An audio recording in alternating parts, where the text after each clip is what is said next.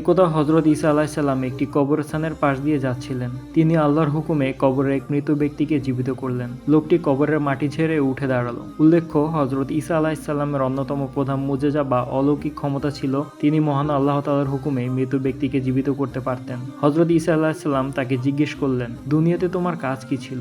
লোকটি উত্তর দিল, হে আল্লাহর নবী, আমি একজন কুলি ছিলাম। মানুষের বোঝা মাথায় বহন করতাম এবং তা দিয়ে জীবিকা নির্বাহ করতাম। আমার জীবনটি খুব সাধারণ ছিল। হযরত ঈসা আলাইহিস সালাম জিজ্ঞেস করলেন, তবে তোমার কবরের অবস্থা কি? তোমার হিসাব নিকাশ কেমন চলছে? লোকটি কাঁদতে কাঁদতে বলল, একবার আমি এক ব্যক্তির এক বোঝা মাথায় করে তার বাড়ি পৌঁছে দিচ্ছিলাম। পথিমধ্যে আমার দাঁতের ফাঁকে কিছু একটা আটকে গিয়েছিল।